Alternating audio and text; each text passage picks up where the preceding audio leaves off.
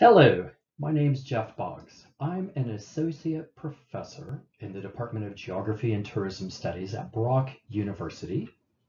And today I want to talk to you about developing your mental map of Niagara. So I'm not going to show you a picture of who I am because I haven't quite figured out how to make this software do that. You can Google me if you want. I'm pretty normal looking, I suppose. And so who am I? So by training, I'm an economic geographer, and all I really want to say about that is economic geographers are interested in why some places are rich and why are other places poor. I am a new Canadian. I moved here in 2004 from Los Angeles, where I was attending graduate school and got my PhD. And even though I started at Brock in 2004, it took me until just earlier this year to finally become Canadian. So I'm a new Canadian, and I think part of what I can provide with regard to understanding Niagara are the eyes of someone who is both a geographer and who has lived in a couple of different countries. So I lived in Germany some when I was younger, doing graduate work and undergraduate studies.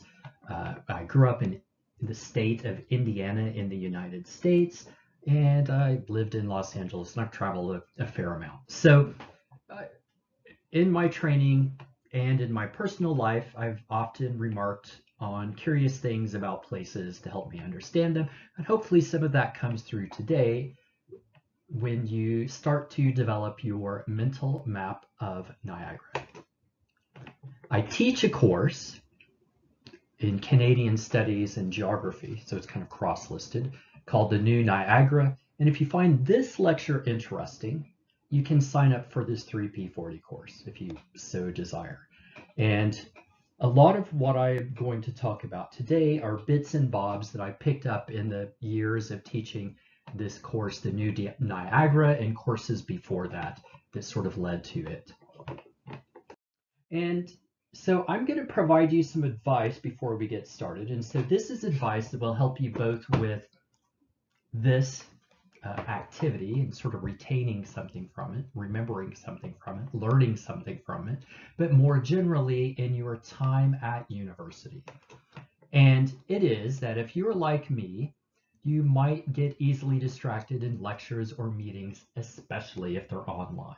And so a trick that helps me stay focused on all of these lectures and meetings is to take notes. And often I take a lot of notes. And the main reason I do this is, well, I guess there's two reasons. One, it helps me kind of remember what actually happened in case anything's that important.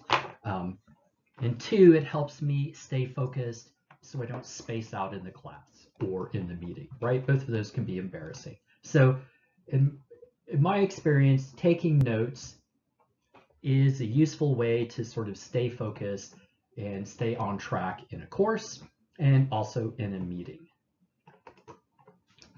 So today, while I do recommend that you take notes as I blather on, what you really want to do is when I start drawing my own mental map of Niagara, is that I suggest that you take a sheet of paper at that time and you start to sketch your own mental map of Niagara based on the material that we'll cover, right?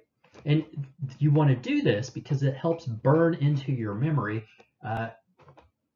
facts about Niagara that hopefully will be useful for you when you actually come eventually to St. Catharines. So today's learning objective is that, so by the end of this lecture, I want you to develop a mental map of Niagara, or if you already have one, to sort of expand on your mental map. And the reason I want you to do this is that first of all, I'm assuming you have limited in-person familiarity with Brock University in St. Catharines.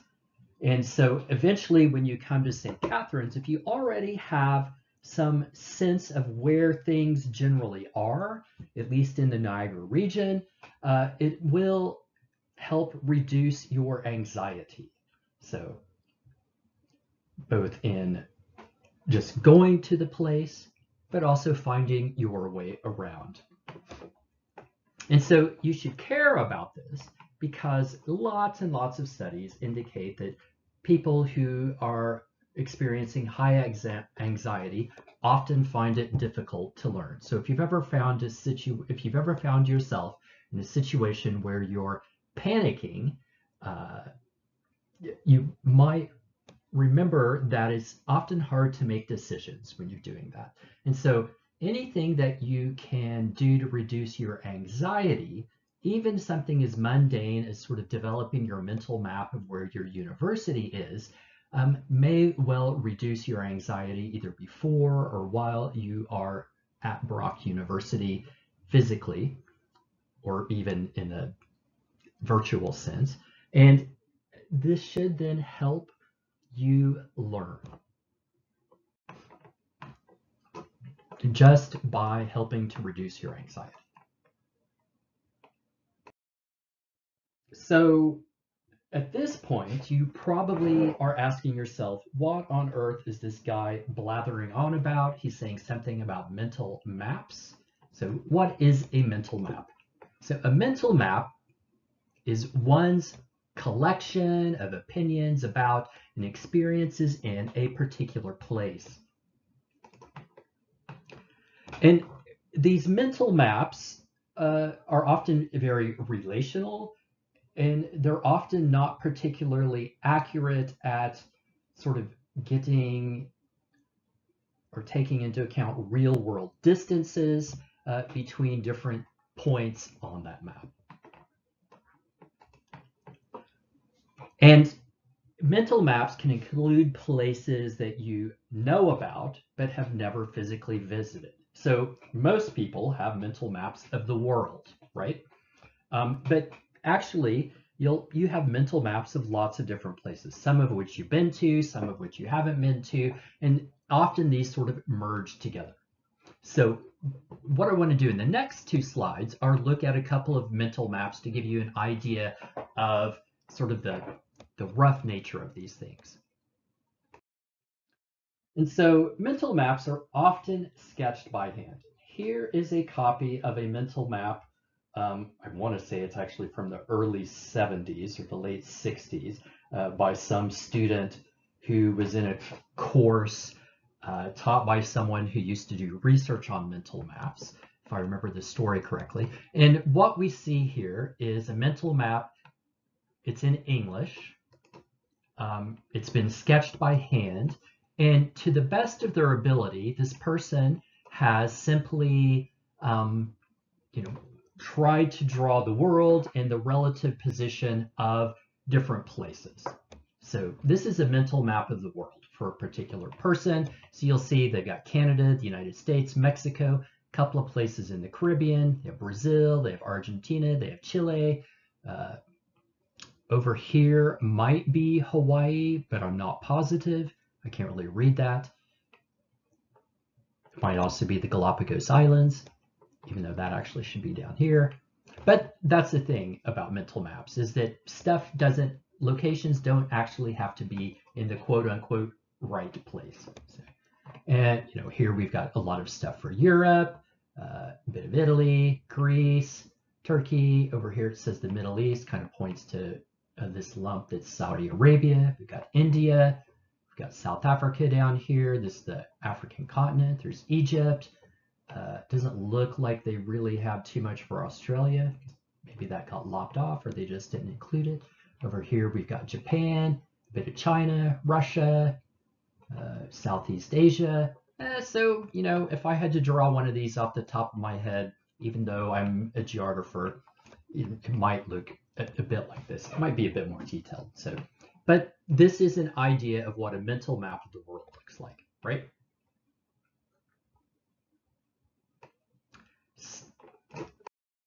And so here we have a different mental map of the world, and this is one that I am pretty sure is written by someone who speaks one of the Chinese dialects, because it appears that most of the writing on it, though except up here where it says Canada, is written in Chinese characters. And so one of the things we notice when students or anyone draw mental maps is often the place that's most familiar to them will have more details, but also be in the center of the map. That's not always the case, but in this case, we see that China is in the center of the map. You see Australia down here, which is actually written in English, or at least a language using Latin characters. Here we've got different chunks of South America. This might be the Mississippi. We've got Canada up here. We've got Alaska, right? So that's probably either Cuba or maybe Haiti and the Dominican Republic. We've got Europe over here. So you see that again, this is a map that gives a sense of the relative position of locations and the shapes of those locations. And so I'm interested in introducing you to mental maps because they often both tell us something about our sense of place, but they can also, in the process of making a mental map, help us better understand what we know about a particular location and our feelings about that place. So frequently, mental maps include locations that are frequently visited, as well as places that are personally important. And so mental maps inform our sense of place, which is sort of the short version of sense of places. It's this sort of mix of positive and negative feelings and memories that we have about a particular location.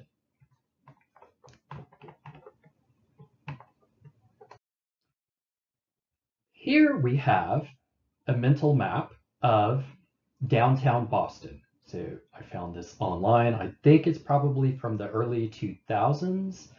And this mental map, you'll notice, says, so for instance, MIT is down here. This is a student from MIT, so that makes some sense. So perhaps they moved to Boston to go to school at MIT. You'll notice, so here's HVD Square, probably stands for Harvard Square. Here's the Charles River, so sort of the main river that runs through Boston. Here's the Hatch Shell, which I believe is an auditorium. There's a riverfront garden. And as you look over this, so here's Trader Joe's. That's a common sort of upscale supermarket in the United States. Here's the Prudential Tower. So that's a fairly famous building in Boston. Here's a Starbucks. Virgin Records. I'm not sure if record stores are even open anymore, so this might sort of date that. But a place where you could buy music. There's the Gap, so a clothing store. Tea Lux, which I assume is some kind of tea place. FC UK is, I believe, a clothing store. Kashmir, so that's not actually the sort of disputed territory between Pakistan and India in this particular instance. I imagine it's a restaurant. We have the Boston Commons, which is a kind of in U.S. history, kind of an important location. Trinity Church is like an old, well-established sort of architectural feature in Boston. We see these dots, and my suspicion is that these are subway stops, right? Here's a bit here. It says Chinatown is kind of up over this way.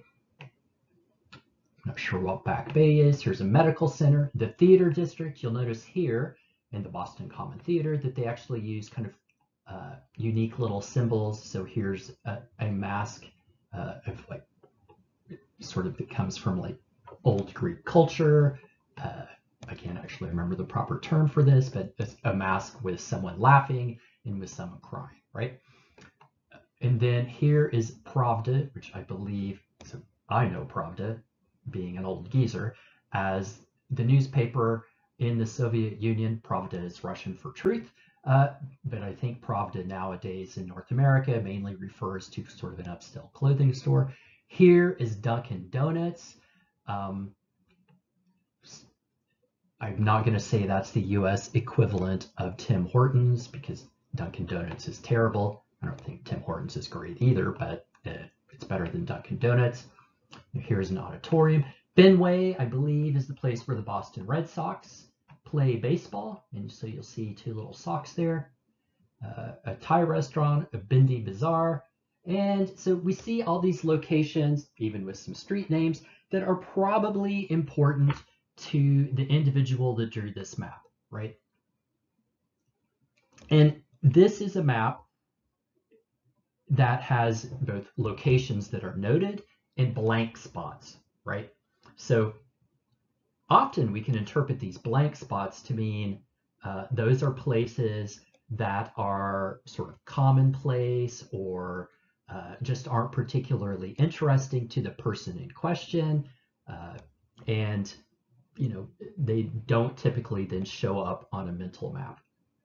I guess the only time that would ever show up on a mental map is maybe if someone has a eidetic memory or a photographic memory, I think is the common term for that.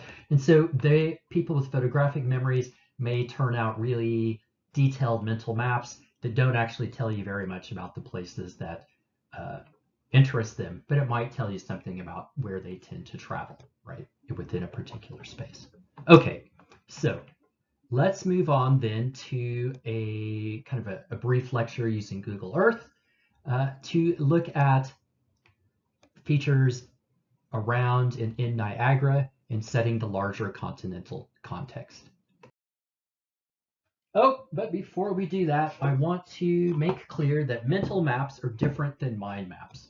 So a mental map is not the same thing as a mind map. They're both really cool and can be really useful in helping you learn things, but they're not the same thing. So a mind map is often used to represent one's schema, which is sort of a fancy term for the links between the different things that you know about a particular topic, right? So the more one knows about a topic, usually the denser is the network of linkages or links in this schema. So if you've ever drawn a mind map, then you will often, think about, okay, a dog. A dog is an animal. A dog has 4 legs. A dog usually has fur. Dogs can get mange. And so all of those things can kind of link together. And so often the way people learn and form memories is that people tend to already have some kind of schema, so some kind of understanding, and then as they gain new knowledge, they attach new knowledge to that schema. So they link that new knowledge to what they already know. A mental map, however, is mainly used to capture the relative location of important places to the map maker. And at this moment, I'll make a shameless plug that if any of this stuff sounds interesting, consider taking Geography 1F90, Introduction to Human Geography, and Geography 2P01, which is Introduction to Social Geography. And they are offered every year in the Department of Geography and Tourism Studies. So far, there's been a lot of blah, blah, blah, and maybe not a lot of content about Niagara. I will rectify that problem shortly. What you're going to see is a 20-minute film that's embedded within this larger presentation that I've made using Google Earth. You can download that software for free or access it for free on the internet. And what I'm going to do is use Google Earth to highlight important locations to help you develop your own mental map of Niagara. So I will start out by looking at where Niagara is within North America, and then I will focus in onto Niagara and talk about particular locations either in Niagara or adjacent to Niagara. I would recommend that you take notes while I'm doing this, because then you can use those notes to make your own mental map of Niagara. And if you're not sure about how to make a mental map of Niagara, after this portion, after this film, There's then, shortly after that, another film that has me making my mental map of Niagara to illustrate how to do this. And it doesn't have to be perfect, right? Okay, let's go on to the next portion. Hi, here we are looking at a globe. Actually, this is Google Earth, and we are looking at North America. All of this is North America, and Brock University is sort of shown where this little yellow dot is. Let's just zero in on that for a second.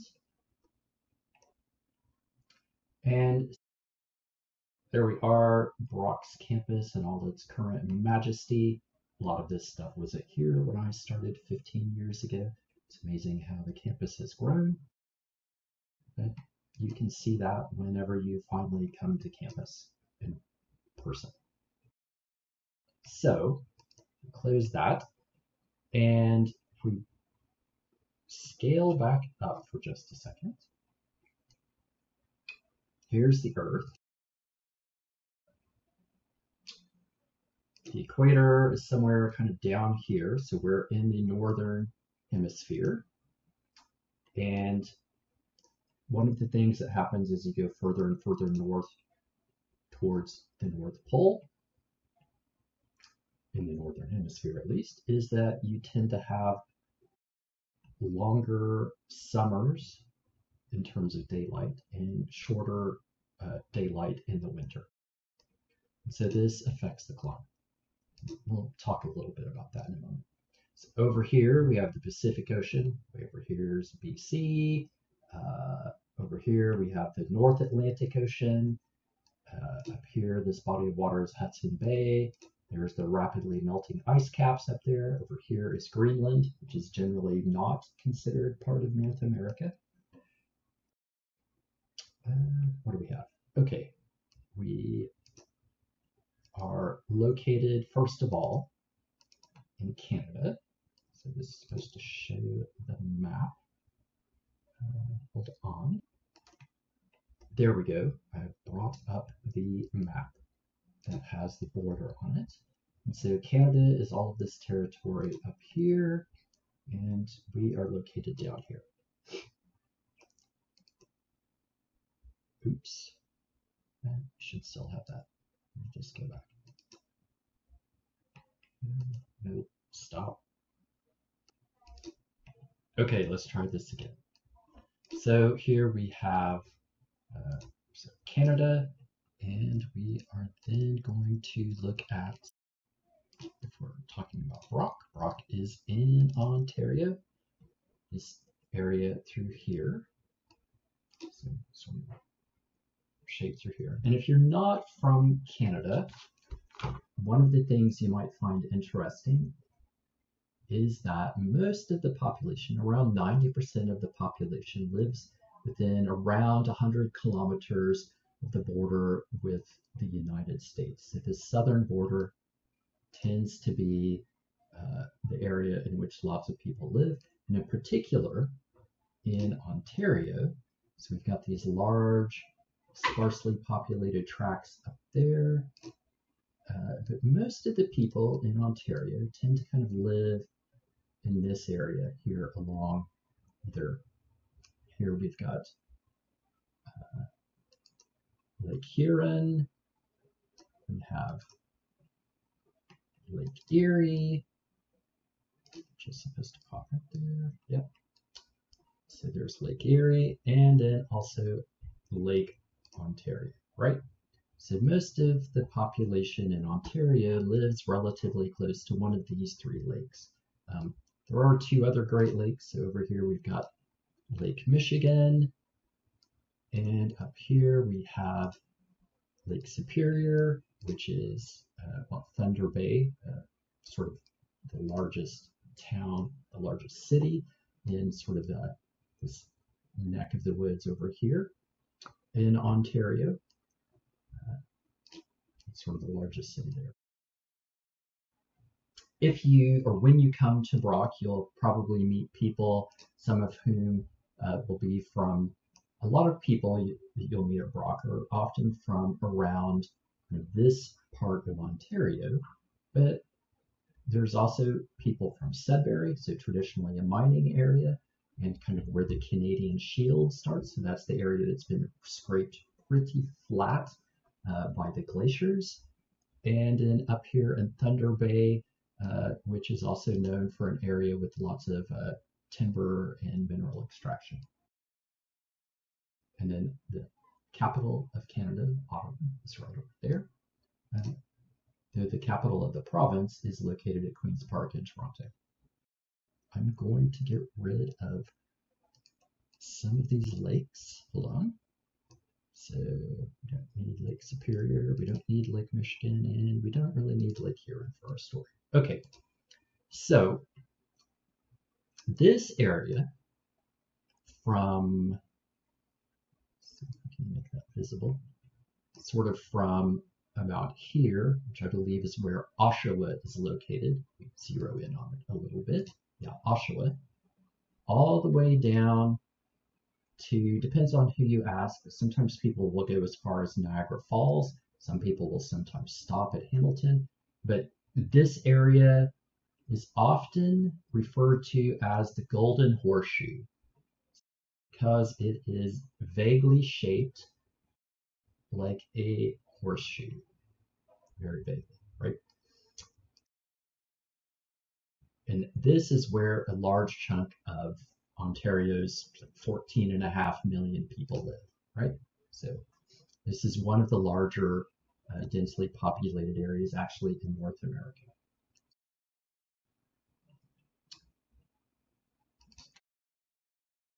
When you come to Brock University, you will find yourself here taking classes at Brock.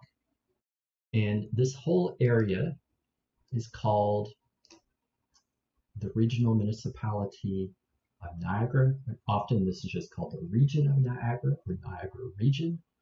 It's an administrative unit, and it consists of 12 smaller municipalities. So this name is a bit confusing, Regional Municipality of Niagara, and it's called a municipality in Ontario, but actually it also contains 12 smaller municipalities that make it up.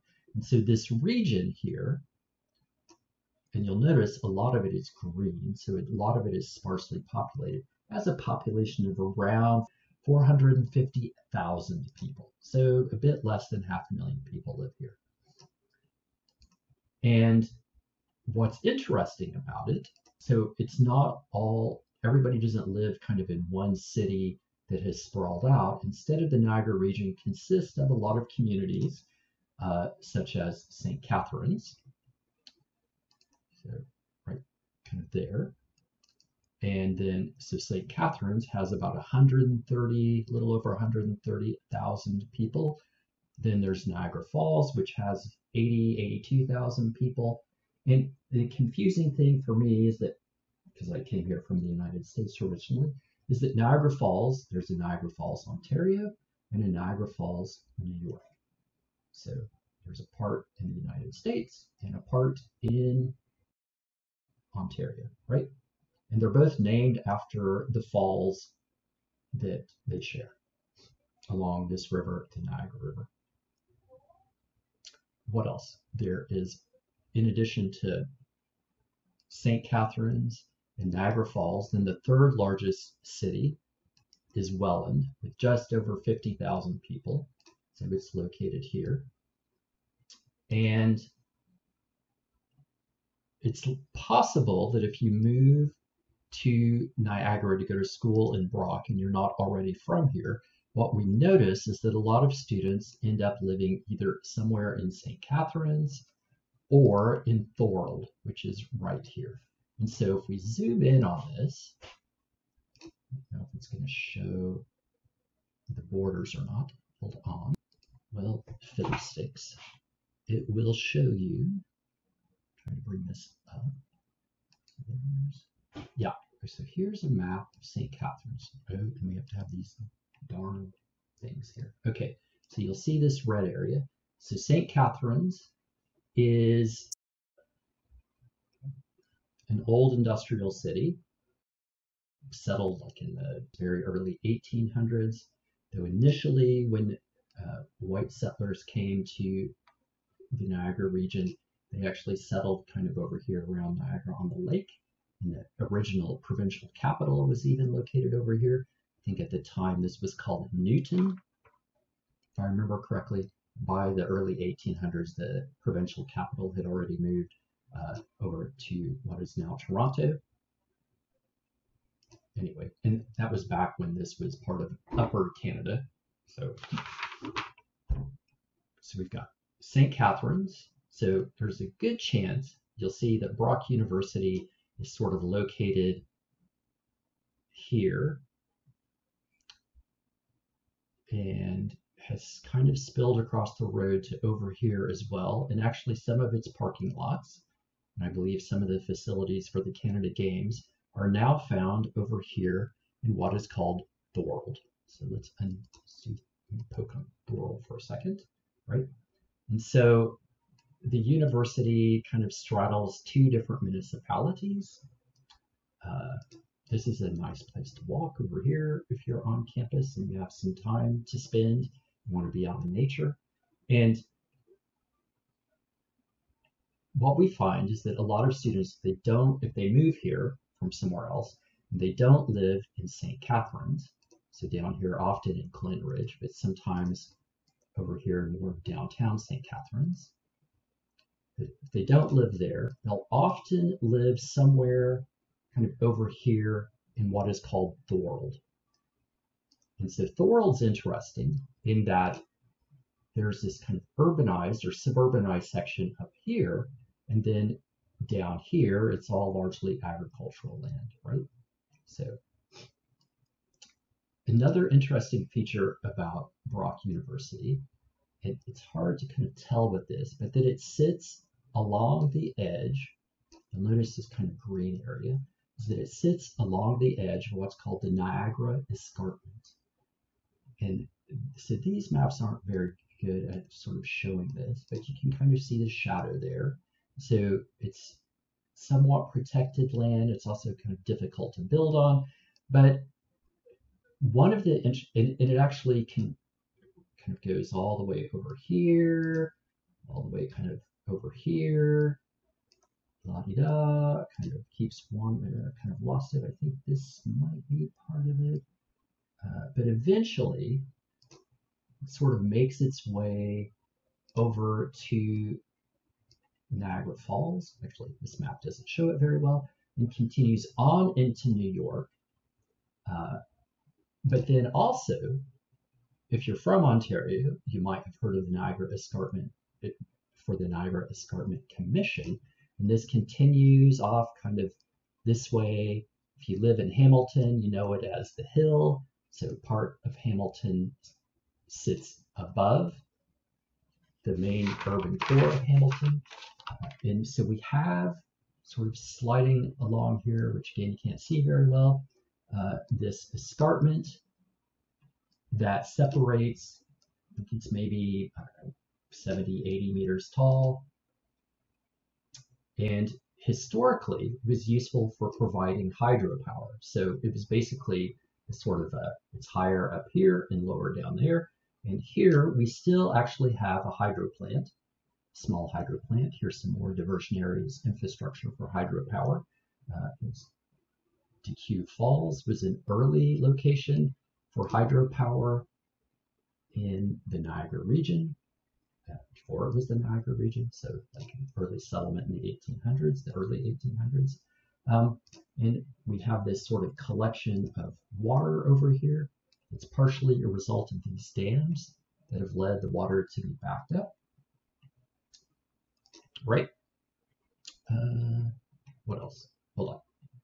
So talked about Thorold, we talked about the immediate area. So if you come here from somewhere else and you didn't already live in the region, you're probably going to get a place to live that's either somewhere in St. Catharines, especially down here in Glen Ridge, which is just below the university, and this way is north up here. And you might also, or you might also decide to live somewhere over here in Thorold, right?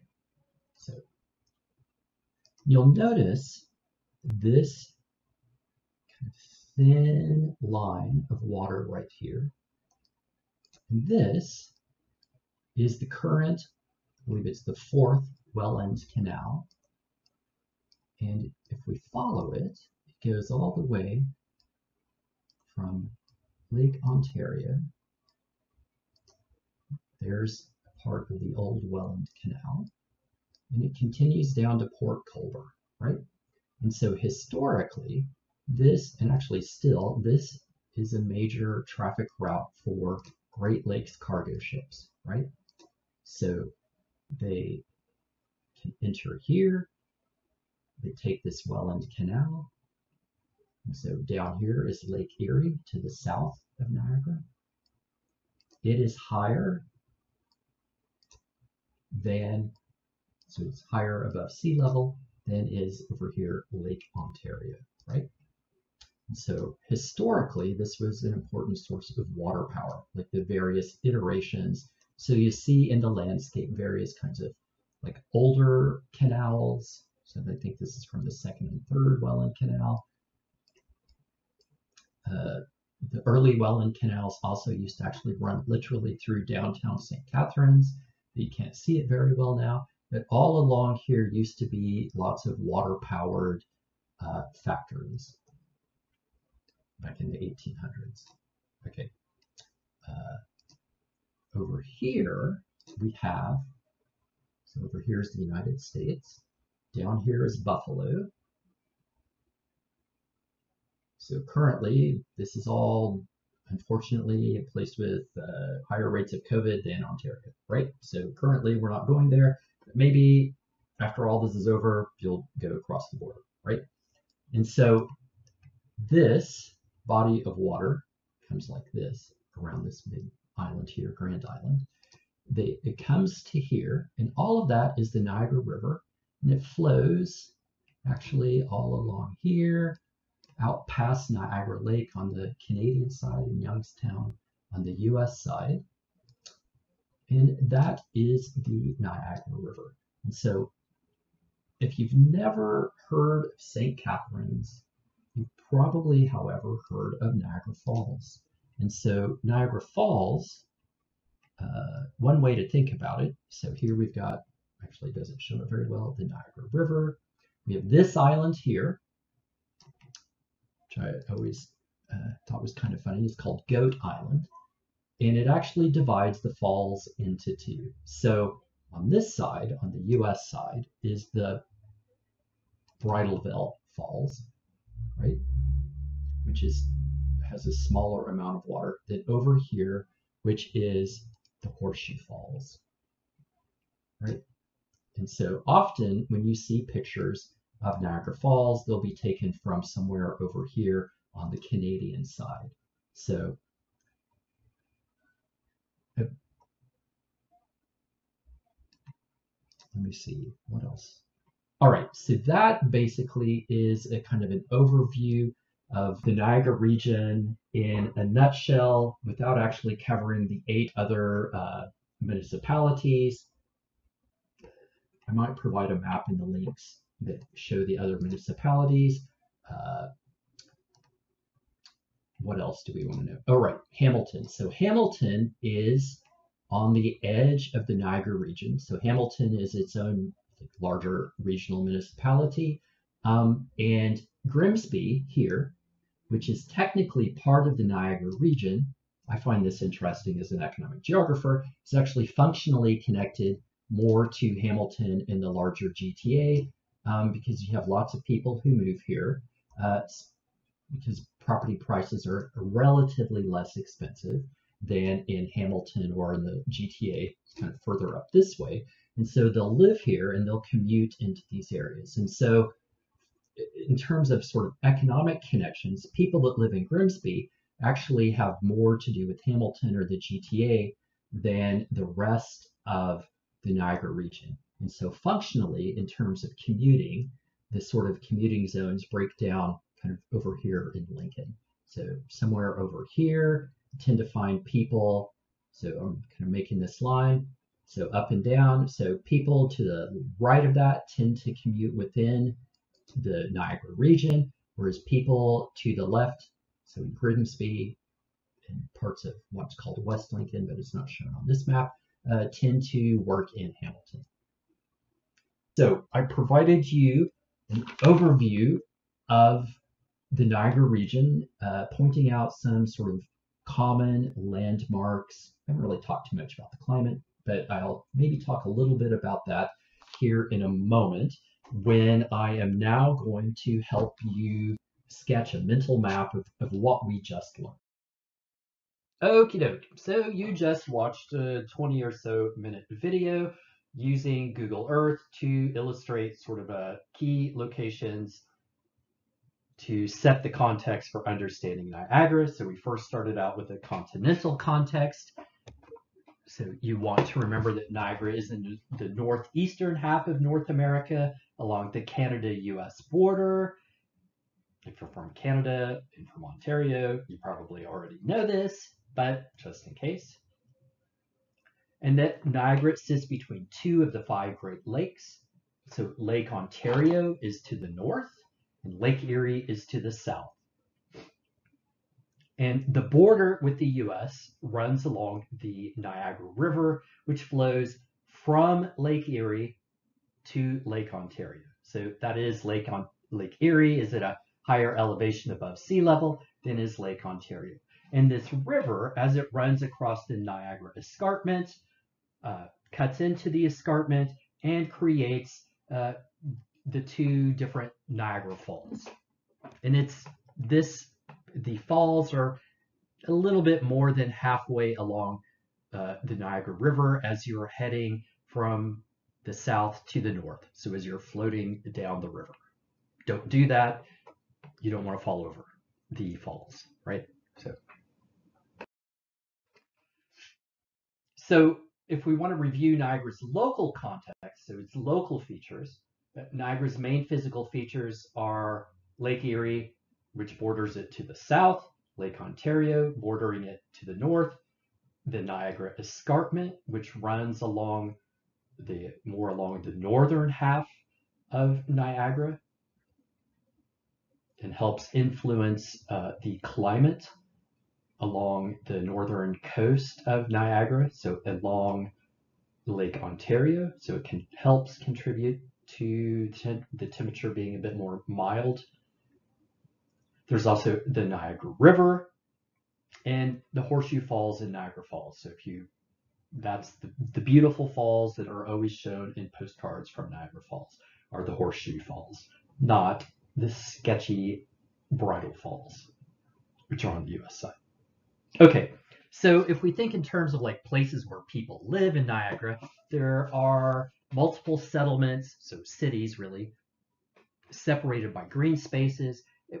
And I talked about St. Catharines, because Brock is located in it, Niagara Falls, because it's the second largest city in Niagara, also Welland, which is to the south of Brock University, and Thorold, which is right next and encompass actually some of the parking lots for Brock University.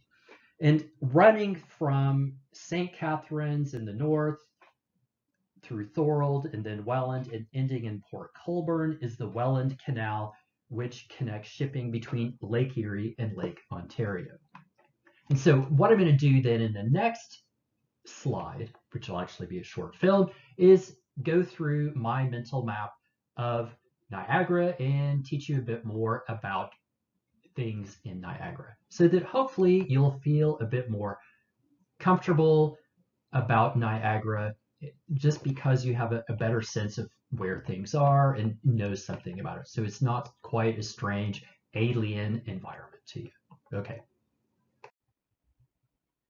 Hi, I'm going to now draw my mental map of Niagara, and you are welcome to follow along. For mental maps, they don't need to be perfect. If we keep that in mind, we know that Niagara is often called a peninsula. So maybe we'll kind of draw it like that. So this up here is kind of over where Hamilton is. And this heads somewhere over here. We will place the Niagara River, sort of like that, does a thing where it goes around Grand Island, which is in the United States. And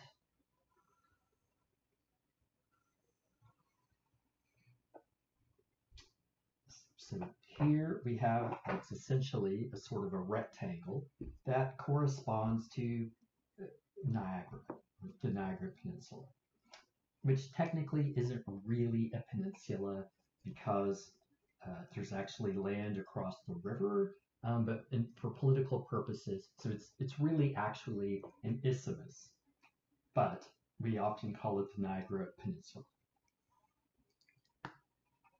because there's an international border here, right?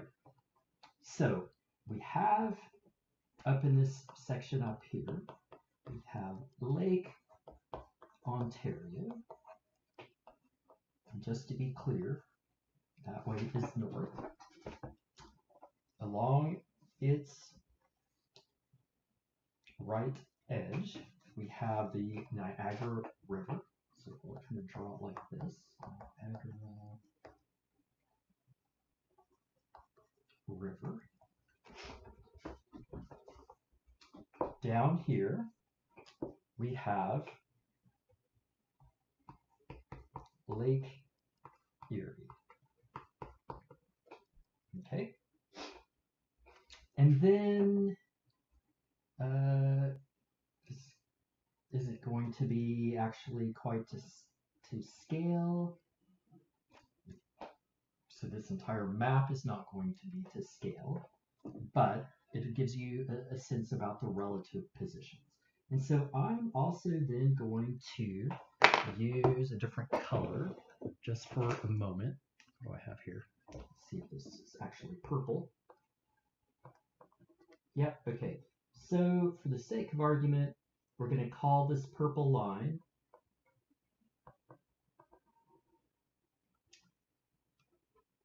the Niagara Escarpment.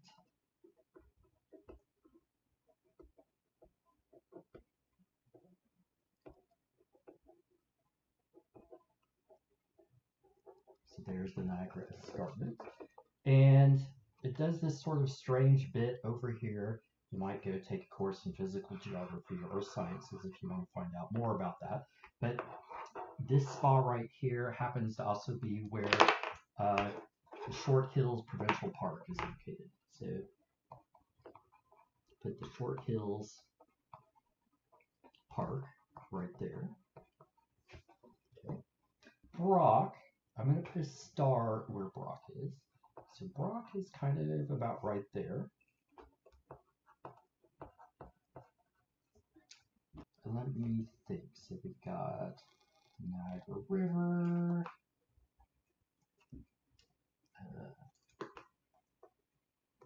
This island that's not really quite drawn right is the Grand Island. We have sort of curves like this. Over here is the United States. Down here is Buffalo.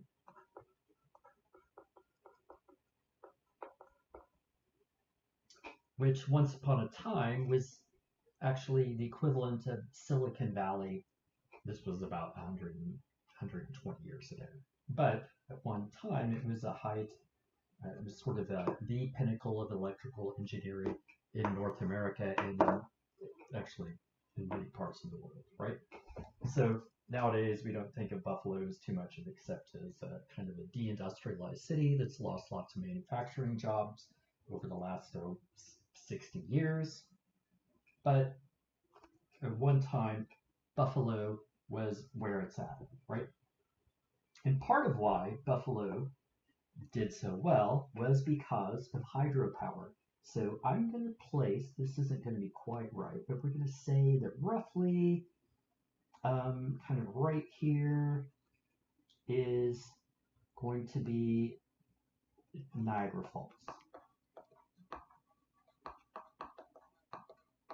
So Niagara Falls, remember, there's a city called Niagara Falls in New York. So actually over here is New York. So the state of New York, right?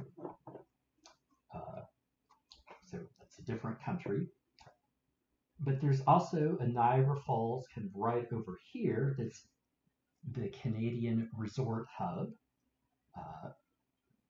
And you might not be aware of this, but when I was a kid, I was born in 1969. When I was a kid, there were still lots of references to Niagara Falls being a sort of honeymoon destination. So for a few hundred years, Niagara Falls was seen as a really fascinating tourist destination. And there are lots of courses on campus that will touch on Niagara Falls and sort of its amazing, even awesome, if you will, power to just entrance people.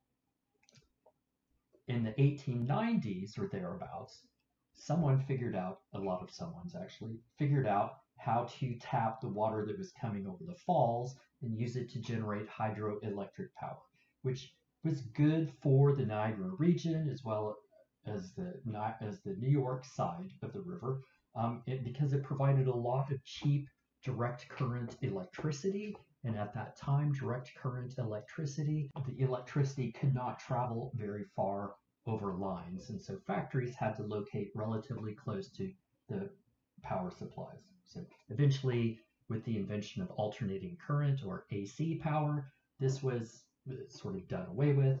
But at one time, Niagara, on both sides of the border, was a big manufacturing hub. And part of that was related to cheap electric power.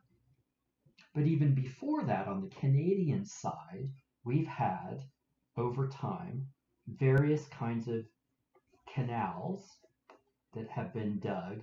And I'm just going to draw the canal as a kind of a straight line, even though it's not quite straight, but we'll call it that. We'll assume that it's straight enough. And this is called the Welland Canal. And so the Welland Canal was also a driver of manufacturing job growth in what we call Niagara. But that goes back to about the 1820s. And there have been various canals with the name Welland Canal. This is the fourth Welland Canal that have been dug over actually almost the past 200 years. So I guess today it's 2020. I think the first Welland Canal was dug around 1825 or 1828.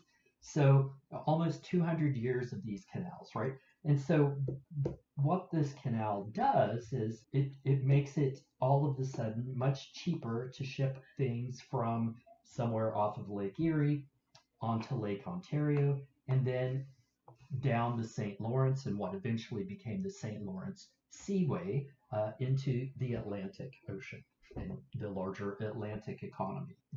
This runs not very far. This Welland Canal runs a couple of kilometers away from Brock University. And what you'll find is that along the Welland Canal, there are a large number, like actually most of the population of Niagara is within about 10 kilometers of the Welland Canal. So we have, it's going to be sort of badly drawn.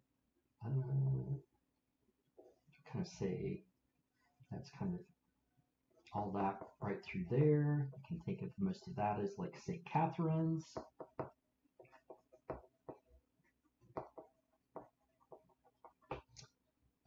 And then sort of actually, I think part of Thorold is actually technically below the escarpment. So remember, this escarpment is somewhere like between 40 and 70 meters high as it goes through Niagara, as I recall. And it was a site which created lots of engineering challenges for early versions of the Welland Canal. But one of the benefits of running a canal through this waterway, or connecting Lake Erie to Lake Ontario, is that it provided a fairly steady source of water that you could then use to turn water wheels. And that was an early form of power and was used in lots of manufacturing industries. So we can then say that, so there's kind of, Brock is here, so I guess this area here is kind of penciled in. We can think of that as largely the kind of the built-up area of St. Catharines, and then we run it slightly differently. Then kind of over here is going to be Thorold. Further down the river, or not the river, further down the canal, a little bit like that, is Welland, so the actual city of Welland. And then we also have, so remember, St. Catharines now has a little bit over 130,000 people. I think Thorold has like in the low 20s, the very low 20s. Welland has like 50, 55,000 people. And then sort of over here by Niagara Falls, we have both kind of above and below the escarpment an area that is Niagara Falls. Other places that you might have heard of would be sort of down here. We have Port Colborne.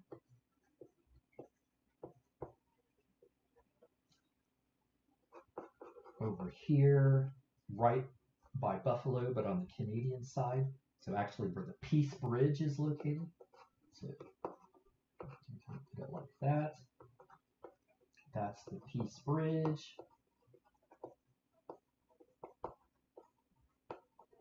So over here we have Fort Erie, which tends to be the place that gets the most snow in Niagara, if I remember correctly.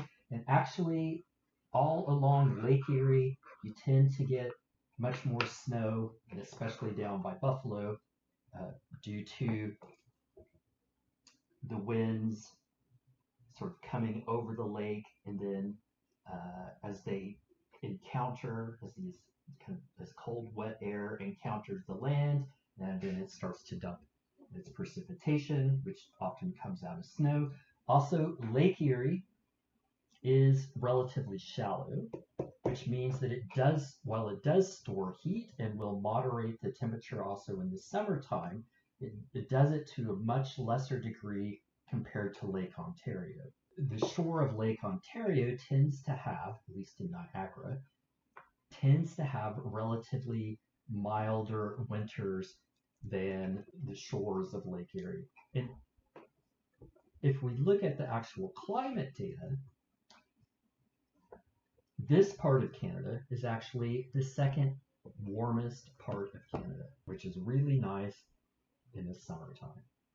But because I grew up in a place that was pretty hot, but even when I moved here from Los Angeles, which is not where I grew up, even when I moved here from Los Angeles, what I found even more important was that Lake Ontario in the wintertime releases lots of heat that had been stored up over the summer and moderates the climate. So it means that it doesn't get as cold as it does even up as just up by the GTA, right? So if you are new to Canada, you have picked the second warmest place to live when you decide to come to Brock. All right. What else? So we've got St. Catharines, we've got Thorold, we've got Welland. Down here we have Port Colborne, has around 20,000 people. Fort Erie has around a bit over 20,000 people, if I remember correctly. Over here we have the site of kind of original English settlement. So there were some kind of French, I guess a French fort was here at one time. And I'm not going to go into this sort of indigenous history, which I know it back to about the 1650s when there was a group called the Neutral Indians that lived here until they suffered a kind of a combination of death from disease and sort of inter-group warfare with groups of other indigenous people that sort of eradicated their population from here. And I got a class where I cover some of that stuff. But if we come forward to sort of like French forts that were built for traders, and then English forts that were sort of took over those areas, we get to talk about what is now known as Niagara on the Lake, which is kind of over here, which is a small town. I think it has about 15,000 people, but it also is surrounded by lots of farmland, and especially farmland for tender fruits. So I didn't know what tender fruits were until I moved here. I mean, I knew different kinds of tender fruits, but I did not know that term. And so this area, from kind of like this, where I'm drawing these sort of pink lines, was historically kind of a fruit belt. So there would be like apples, and cherries, and peaches, as well as grapes that would frequently be grown through here and then shipped to not just Hamilton. Hamilton is kind of over here, right? But kind of around the bend and up over here, where I'm pointing off the map. Maybe we can put this plum there. Like this plum represents Toronto.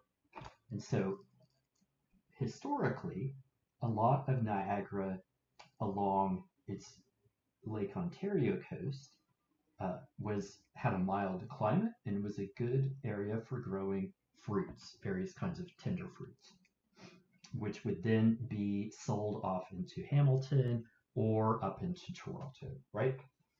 So, and this is from the days before refrigeration or genetic selection for apples that don't bruise when you transport them 3,000 kilometers or what have you. So historically, you can still find remnants of fruit production in this part of Niagara. And then in terms of agriculture, up here, above the escarpment, you tend to have things that are more like chickens, like kind of poultry production, or maybe hog production a little bit, and especially a lot of like soybeans and corn. So a very different kind of crop.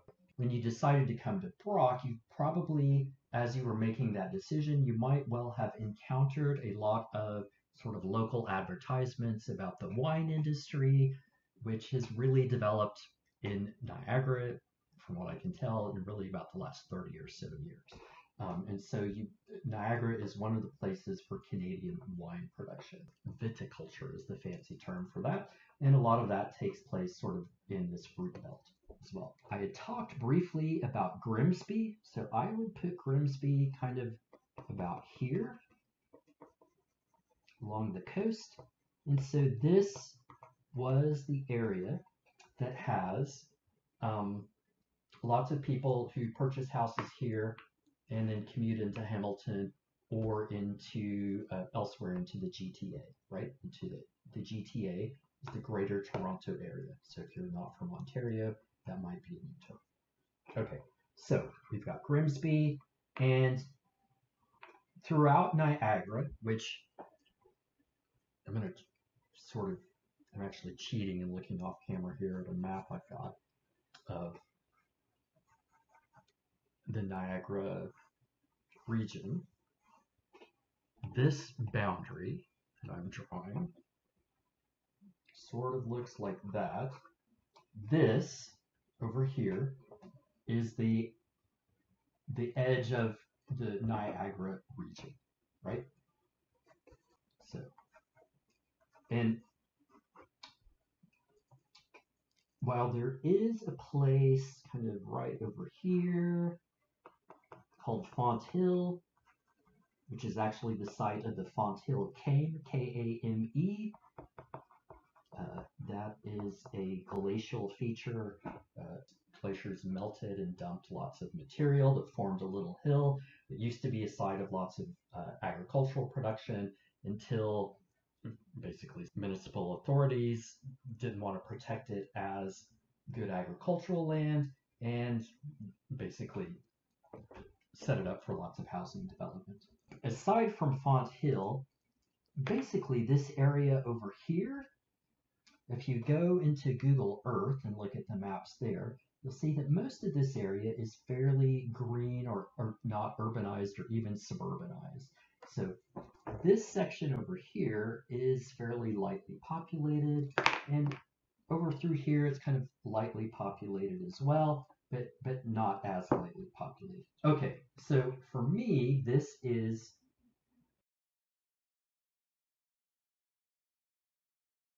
a quick and dirty mental map of Niagara when I think of Niagara. I suppose another thing that might be useful for you is to know sort of roughly where the highways are. When you come here, I know, see how this works. This red line is approximately the location, now that I think about it, of the QEW. So when I first moved here, I found it really fascinating that there were all these kinds of imperial holdovers, right? So actually that goes over the piece of image. So the QEW stands for the Queen Elizabeth Way, and it was a highway. It was actually, I want to say it was begun in the 1930s, but really took off during the Second World War. So for Canada, that started in 1939. That the QEW continues sort of up into Hamilton and then sort of goes around the bend over here of Lake Ontario and on up into Toronto. So we've got the QEW as a sort of a major transportation artery that's grown a lot over the last 80 years. In addition to this, and so the QEW crosses into the United States at the Peace Bridge. There's another bridge that the name of which escapes me, but that basically runs through the border crossing at Niagara Falls. I think it might be the Lewiston crossing. And I cannot, it's like the 40 something. So when I moved to Ontario, it's the first time I ever lived in Canada, I was struck by how all of the highways seem to start with a 4. I don't know if that's like that all over Canada or just in Ontario, but except for the QEW, which is the QEW, but a lot of other highways will have some 40 designation. And I want to say that this one is the 420 that takes you into Niagara Falls. And there's another one that kind of runs down, if I remember correctly, its route, it's kind of like this. It kind of runs down to Welland. I want to say that's the 406, but I'm not positive. Yep, it is the 406. Okay. Right there's the 406. So there's the 420, 406, QEW. And so these are major highways that come into Niagara. It's possible that you'll come here from Toronto using a train. So currently there are, I don't know if there's actually a train stop in Grimsby or not. There's been some discussion about, over the decades of, whether or not we are going to have better train access or commuter rail access to Toronto, which would be awesome if it happened, but I'm not going to hold my breath. Okay, and not to be an AC, but currently there are, draw these little black squares,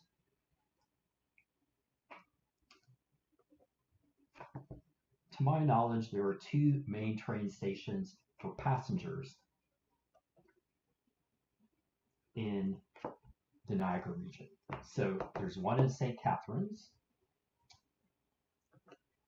and there's one in Niagara Falls, in sort of downtown Niagara Falls, like old downtown Niagara Falls, which is different from Clifton Hills, where the tourist destinations are located.